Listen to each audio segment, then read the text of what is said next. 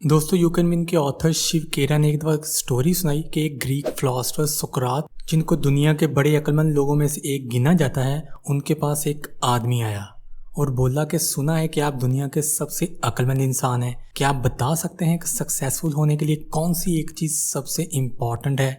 कुछ देर सोचने के बाद सुकरात उस आदमी को पानी के पास ले गया और उसका सर पानी के अंदर डाल दिया। जब वो आदमी जोर जोर से हाथ मारने लगा तो सुकरात ने उसको पानी से बाहर निकाला।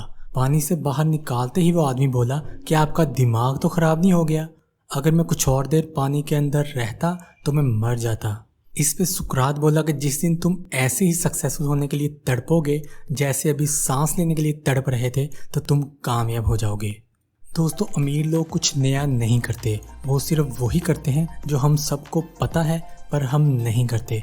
अगर करते हैं तो कुछ टाइम के लिए, कंसिस्टेंसी नहीं होती। पर रिच पीपल हर काम जो वो शुरू करते हैं बार बार करते हैं और सारी उम्र करते जाते हैं। चलें अब कुछ हैबिट्स पे नज़र डालते हैं। दोस्तों, पहली हैबिट है वेकअप अर्ली। दोस्तों, अमीर लोग ऑफिस टाइम शुरू होने से कम 3 घंटा पहले उठते हैं, लेट्स से 4 से 6 बजे के बीच, क्योंकि उनको पता है कि जल्दी उठना आपको ज़्यादा टाइम देता है अच्छा ब्रेकफास्ट करने का, खुद को ऑफिस के लिए सही तरह से रेडी करने का, वर्कआउट करने का, और इसके साथ साथ आपका मूड भी बेहतर होता है और स्ट्रेस लेवल भी नहीं रहता।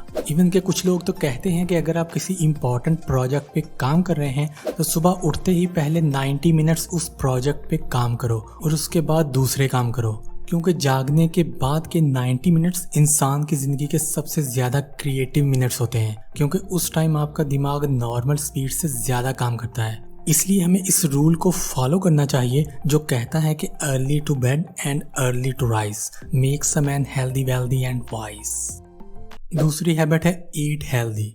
दोस्तों, ये तो हमें पता है कि हम जो करते हैं और जो खाते हैं हम वही होते हैं। मतलब ये कि अगर हम जंक या स्पाइसी फूड खाते हैं तो हमारा दिमाग सही तरह से काम नहीं करता, हमें सुस्ती पड़ी रहती है, किसी काम में दिल नहीं लगता। इसलिए शार्प माइंडेड और फोकस्ड रहने के लिए रिच पीपल सिंपल लेकिन हेल्दी फूड खाते हैं। वो अपनी कैलोरीज इनटेक पे ध्यान देते हैं, उतना ही खाते हैं जितना इनको काम करने में एनर्जी दे सके। जबकि मिडिल क्लास लोग पेट भर के खा लेते हैं, फिर कहीं ना कहीं सोने या आराम करने के लिए जगह ढूंढते हैं। रिच माइंडेड की कोशिश होती है कि उनकी डाइट का 80% फ्रेश फ्रूट और वेजिटेबल हो और सिर्फ 20% जंक फूड हो, और दूसरा वो काम करते वक्त ड्राई फ्रूट्स का भी यूज़ करते हैं। तीसरी हैबिट है रिच पीपल डू बजटिंग।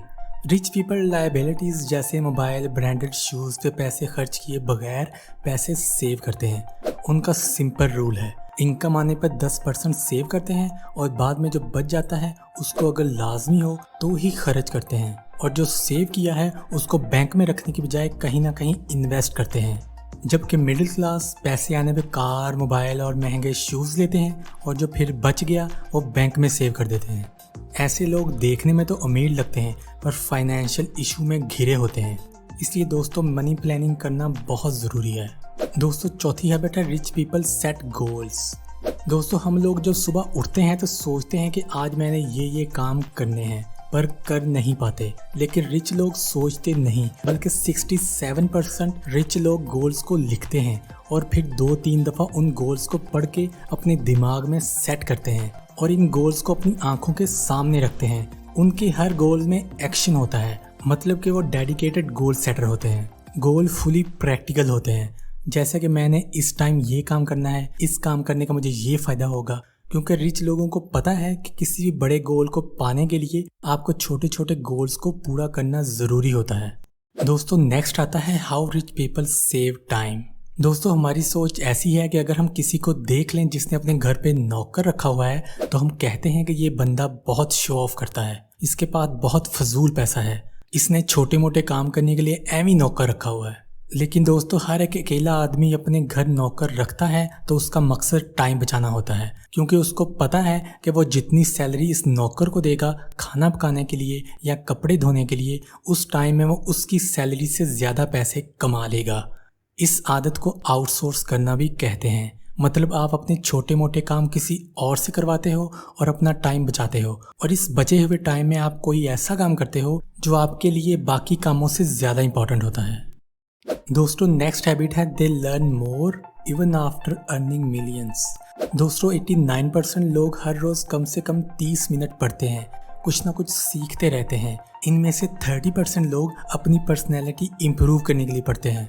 जबकि पुअर माइंडसेट वाले लोगों को जब जॉब मिलती है तो वो कहते हैं कि भाई अब तो लाइफ सेट हो गई, और इसीलिए वो ऑफिस से घर आके टीवी के सामने बैठ के खाना खाते हैं और सो जाते हैं।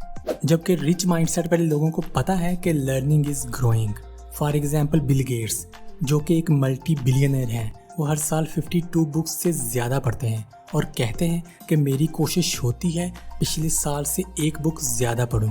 इसलिए दोस्तों हमें भी सीखते रहना चाहिए, ये कोई मुश्किल नहीं है। हम ऑडियो बुक्स को अपनी मोबाइल में सेव कर सकते हैं और सोते वक्त, वॉक करते वक्त या ड्राइविंग करते वक्त सुन सकते हैं और ख़ुद को इम्प्रूव कर सकते हैं।